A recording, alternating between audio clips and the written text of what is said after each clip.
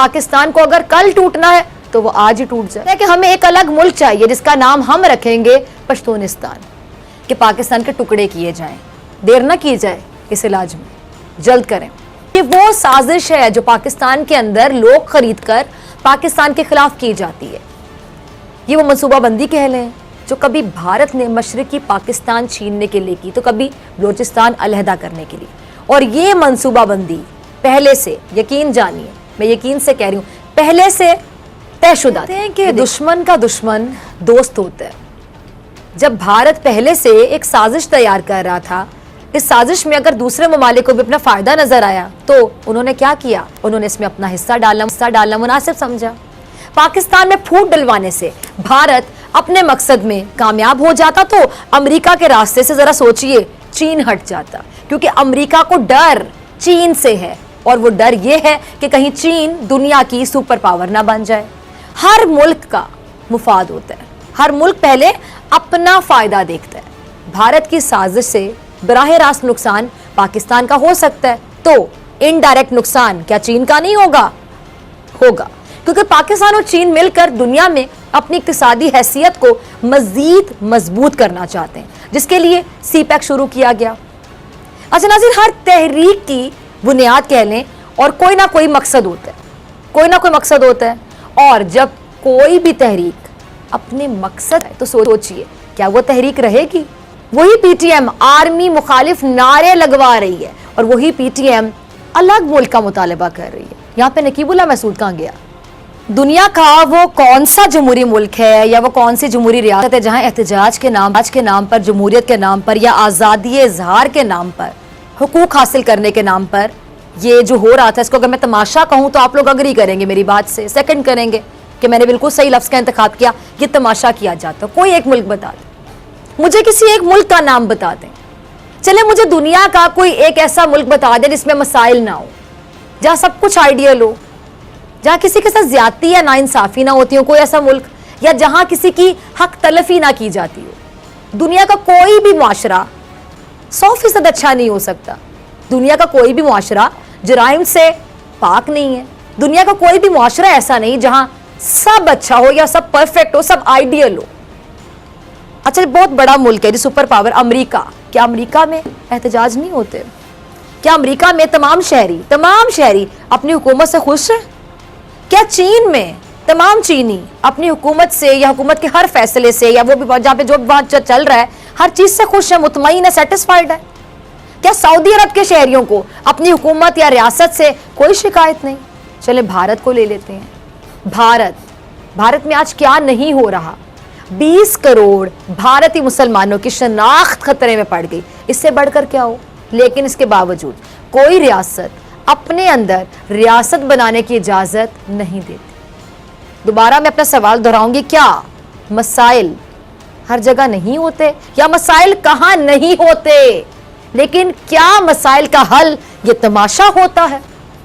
ये पीटीएम नामी गिरोह क्या कहता है कि पाकिस्तान में, अब जरा गौर से सुनिएगा नाज़रीन, फैक्ट बेस्ड बात करते हैं हम हमेशा, दलील के साथ, आर्गुमेंट के साथ। ये पीटीएम नामी गिरोह कहता है कि पाकिस्तान में पश्तूनों को हुकूक नहीं दिए जा रहे। इसकी हकीकत भी देख लेते हैं। पाकिस्तान का वजीर आजम कौन है? इमरान खान। शहरियार खान अफरीदी कौन है? एक विफाकी वजीर। मुराद सईद कौन है? विफाकी वजीर। महमूद खान कौन है? केपी का वजीर आला। परवेज खटक कौन है? मुल्क का वजीर दिफा। नूरुल कादरी ये कौन है? वजीर मजहबी अमूर। शौकत यूसुफ जई कौन है? केपी के वजीर इत्तलात। जरताज गुल कौन है? विफाकी वजीर। ये सब के सब मेरे ख्याल से पश्तून है, पठान है या पख्तून है। और क्या चाहिए भाई? ये पश्तून नहीं है, ये पठान नहीं है, क्या ये पख्तून नहीं है? क्लियर है सब? मुल्क का वजीर आजम समेत तकरीबन आधी का भी ना पश्तून है। केपीके में तकरीबन तमाम वजारतें पश्तूनों के पास हैं। इसके बावजूद पीटीएम कह रही है कि मुल्क में पश्तूनों को हुकूक नहीं दिए जा रहे। अब आर्गुमेंट पे बात करें ना, कहां हुकूक नहीं दिए जा रहे? काबीना तक तो पहुंच गए सारे। क्यों?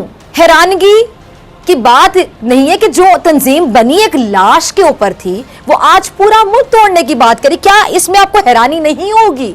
बहुत हैरानी की बात होगी ना। वो आज रियासत को धमकियां दे रहे हैं सरेआम। इस तंजीम के लोगों के पास मेरा एक सवाल है, अब इस सवाल का जवाब कोई दे दे। मैंने तो आपके सवाल का जवाब दे दिया। आप कहते हैं जी उनको हुकूक नहीं दिए जा रहे। मैंने आपको काबीना के बड़े बड़े लोगों के नाम बता दिए। इस तंजीम के लोगों के पास इतना पैसा कहां से आया, ये कौन बताना पसंद करेगा? इतना पैसा कि ये लोग जब चाहें अमेरिका चले जाएं डायरेक्ट। इस तंजीम के लोगों की अहमियत पाकिस्तान से ज्यादा अफगानिस्तान में क्यों है, ये मेरा दूसरा सवाल है। इसका जवाब कोई दे सके? इस तंजीम के मकासद और मुतालिबात की हिमायत वही अफराद क्यों कर रहे हैं जो पाकिस्तान मुखालिफ नजरिया रखते हैं या पाकिस्तान मुखालिफत में सबसे आगे दिखाई देते हैं? इसलिए कि ये तंजीम मुल्क जोड़ने नहीं, हुकूक दिलाने नहीं, बल्कि मुल्क तोड़ने के लिए बनाई गई साजिश के तहत। इसका मकसद जो भी था, अब सिर्फ रियासत के खिलाफ, मैं यकीन से कहती हूँ, बगावत है। बगावत, क्लियर बगावत। मंजूर पश्तीन को क्यों गिरफ्तार किया गया आप बताइए? क्योंकि वो कहता है कि मैं 1973 के आइन को ही नहीं मानता। वो कहता है कि आइन सिर्फ एक कौमियत के तबके को हर तरह की आसाइश और आसानी देता है। वो कहता है कि पाकिस्तान को अगर कल टूटना है तो वो आज ही टूट जाए। वो कहता है कि हमें एक अलग मुल्क चाहिए जिसका नाम हम रखेंगे पश्तूनिस्तान। ये है वो साजिश जो कभी बांग्लादेश की शक्ल में दिखाई देती थी और आज मंजूर पश्तीन की शक्ल। अगर मैं कह दूं कि रोजे अव्वल से, तो गलत नहीं होगा कि पाकिस्तान के टुकड़े किए जाएं। देर ना की जाए इस इलाज में, जल्द करें। और इस वक्त पीटीएम के सरबराह की खारिज की वजह फरवरी में होने वाला एफएटीएफ का इजलास, जिसमें उम्मीद की जा रही है कि पाकिस्तान एफएटीएफ की ग्रे लिस्ट से निकल जाएगा और पाकिस्तान को एफएटीएफ की ग्रे लिस्ट में रखने के लिए एक बार फिर मंजूर पश्तीन के मोहरे हिलाए गए और उसने एहतजाज के नाम पर इंतशार बर्पा करने की कोशिश की और क्या हुआ जी? गिरफ्तार हो गया। जिसका दुख सबसे ज्यादा हुआ तो अफगानिस्तान में मौजूद उस अशरफ गनी को, जिससे अपनी कौम तो संभलती नहीं, जिसने अपनी कौम के लिए आज तक कुछ किया नहीं, जिसने अपने मुल्क को जंग की आग में झोंक दिया, वो अशरफ गनी जो अफगानिस्तान का सदर, वो पाकिस्तान में मंजूर पश्तीन की गिरफ्तारी पर तशवीश का इजहार कर रहा है। अपने मुल्क को तो संभाल भाई, फिर पाकिस्तान के बारे में सोच। या फिर वो नाम नेहाद लुंडे के लिबरल्स, वो रोते हुए दिखाई दे रहे हैं, पीटते हुए दिखाई दे रहे हैं, जिनकी नजर में जमहूरियत की तारीफ फौज को गालियां निकालना। फौज दुश्मनी है। जब बलोचिस्तान दुश्मन के हाथ ना आया तो ये एक नया फितना बर्पा कर दिया गया। लेकिन जब जब इन जैसे बेजमीर और एहसान फरामोश अफराद सर उठाएंगे, झूठ बोलेंगे, मजलूमियत का रोना रोकर नफरत की आग भड़काएंगे, सुन रहे हैं मैं क्या कह रही हूँ? जुआ पीटीएम की शक्ल में खेल रहा है और इसी भारतीय जुए को मजीद बेनकाब करने के लिए आज हम बात कर रहे हैं पूरे प्रोग्राम में। और अब हमारे खुसूसी नुमाइंदे सदीक जान हमारे साथ मौजूद है जो मजीद इसको बेनकाब करेंगे। सदीक, मैं आपकी तरफ आना चाहूंगी। ये पीटीएम नामी जो गिरोह है सदीक, जिसका क़याम नकीबुल्लाह की लाश पर हुआ था कि इंसाफ दिलवाना है, क़याम का मकसद ये भूल गए कि हमने कायम क्यों किया था पीटीएम को। आज ये अलग मुल्क बनाने की बातें कर रहे हैं, पाकिस्तान को तोड़ने की बातें कर रहे हैं और इनके खिलाफ ठोस कार्रवाई की आपको क्या लगता है कि कितनी जरूरत है? और ये वक्त की वाकई का अहम जरूरत है। इनको अभी लगाम नहीं दिया जाएगा तो कब फिर? मेजर जनरल आसिफ गफूर साहब ने एक प्रेस कॉन्फ्रेंस में बताया था कि जो पीटीएम है इसके हवाले से इदारों के पास ठोस शवाहिद आ चुके हैं कि कैसे इनको बैरूनी कुव्वतें सपोर्ट कर रही हैं, कैसे ये बैरूनी एजेंडे को आगे बढ़ा रहे हैं, कैसे पाकिस्तान के इदारों के खिलाफ ये साजिश कर रहे हैं। देखें, पीटीएम के हवाले से जब इमरान खान साहब अपोजिशन में थे तो उस वक्त उन्होंने कहा था कि इनके कुछ मुतालबात जायज़ हैं। हमारे इदारे भी ये कहते हैं, हमारी फौज भी ये कहती है कि जो इनके जायज़ मुतालबात हैं वो मानने को तैयार हैं। लेकिन मसला ये है कि ना तो ये अपनी बात को बताने को तैयार हैं, ना अपना एजेंडा बताने को तैयार हैं, ना अपना सोर्स ऑफ फंड्स जो है वो बताने को तैयार हैं। मसला ये है कि ये जो ये कहते हैं क्या वहाँ पे उन इलाकों के अंदर चौकियाँ जो हैं जो फौज की हैं वो आप ख़त्म कर दें, वहाँ से फौजी जवान हटा दें। ये लोग कहते हैं जी मंजूर पश्तीन एक आम सा पश्तून है। ये आम सा पश्तून इतना अमीर कैसे हो गया? ये जब चाहे अमेरिका जाकर पाकिस्तान मुखालिफ अफराद से मुलाकातें करें। अब इस आम से आदमी की गिरफ्तारी पर तकलीफ हो तो अशरफ गनी को डायरेक्ट, इस आम से आदमी की जान पहचान डायरेक्ट एनडीएस से भी हो।